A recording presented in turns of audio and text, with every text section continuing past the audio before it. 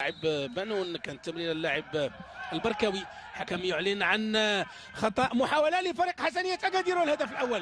الهدف الأول للحسنية كيران، ويمكن يعطينا يعني صورة أخرى ويعطينا اجتهادات أخرى للفريقين. لاحظ كيف كانت التوغل ديال اللاعب أوك اللي سجل الهدف الأول لفريق الرجاء. كانت البركاوي نفذ ضربة الخطأ بسرعة. وهنا كنرجع للطريقة ديال سكيتيوي، فهو مخلي البركاوي وأوك أحيانا.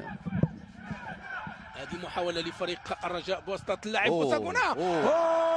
هدف من الطراز الرفيع. سرعة من خلال الخبرة ديال العناصر ومن خلال كذلك الأداء الجيد لعناصر الحسنية. الرجاء يرد بطريقة ممتازة بواسطة اللاعب أوساغونا.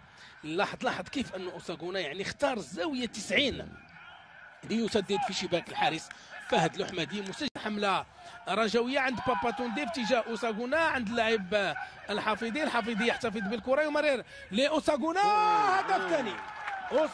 أوساغونا كان في الاتجاه صحيح ولعب وراء الظهر ديال المدافع واستغل الفرصه وسجل، وهذا هو الهداف القناص. وهذا اللاعب اختر في البطوله الوطنيه. هو هذا اللاعب كتحس به مخلوق من اجل التهديف، ما مخلوقش من اجل للاعب الحفيظي من الجهه اليسرى. الحفيظي واعتقد ضربه جزاء. هذا من انتاج مدرسه الوداد. نتابع العمليه.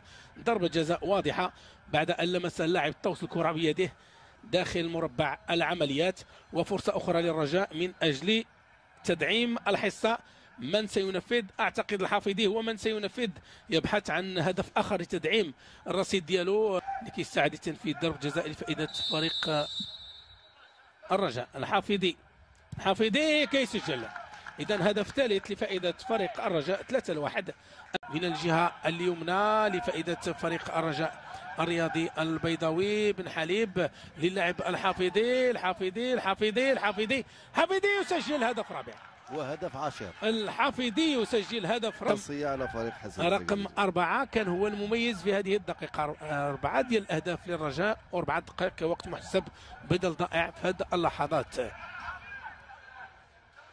والحافظي هنا كيوصل للمهدي النغمي والمراد باطنه ب10 أهداف، دابا ثلاثي كهدافي بطولات هذا الموسم.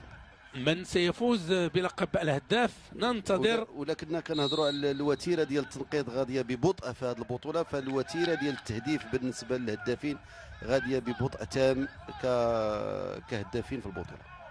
وحسنية أكادير جبيرة بالفعل كيتمكن من الكرة وكيسدد خطيرة، والحافظي يسجل هدف خامس.